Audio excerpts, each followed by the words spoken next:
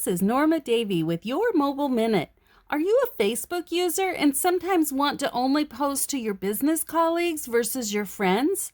Let me show you a quick tip. Go into your Facebook profile, click to create a post, and when you go to create a post, up at the top, you can click the option of who you want the post to go to. Click that. See all. Scroll down and you can now choose a custom list for it to go to. Let me show you how to create that.